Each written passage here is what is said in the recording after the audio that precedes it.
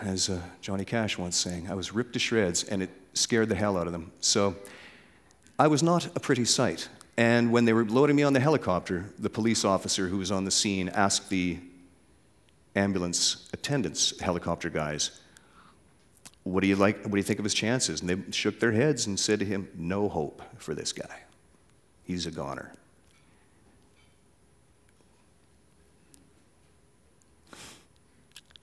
Well, somehow, here I still am. They raced me back in to Melbourne, the Alfred Hospital there. They got some fine doctors working on me.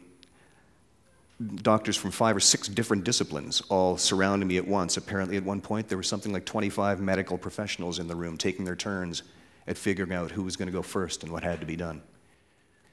The coma that followed, apparently my head swelled up the size of a basketball and they had to drill a hole to let the pressure off, or else it was going to wreck what was hoped was left of my brain. I still seem to be relatively functional. I don't drool as I speak or eat my food.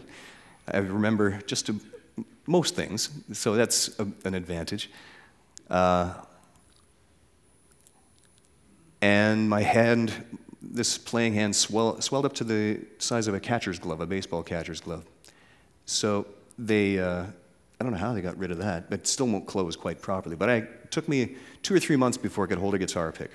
Anyway, I woke up from that after 10 days in a coma, and I had no idea where I was, what had happened, or what condition I was in. I just felt this, as if I'd swum to the surface of a deep body of water.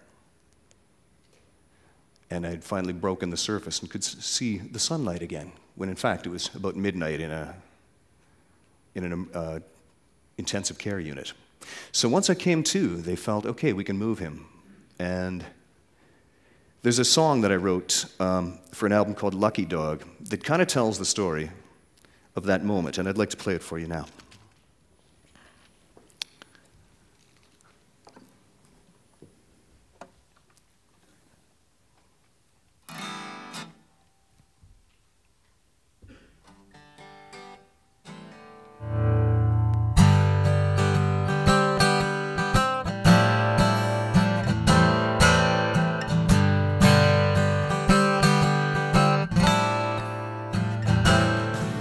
Stitches and sutures and staples.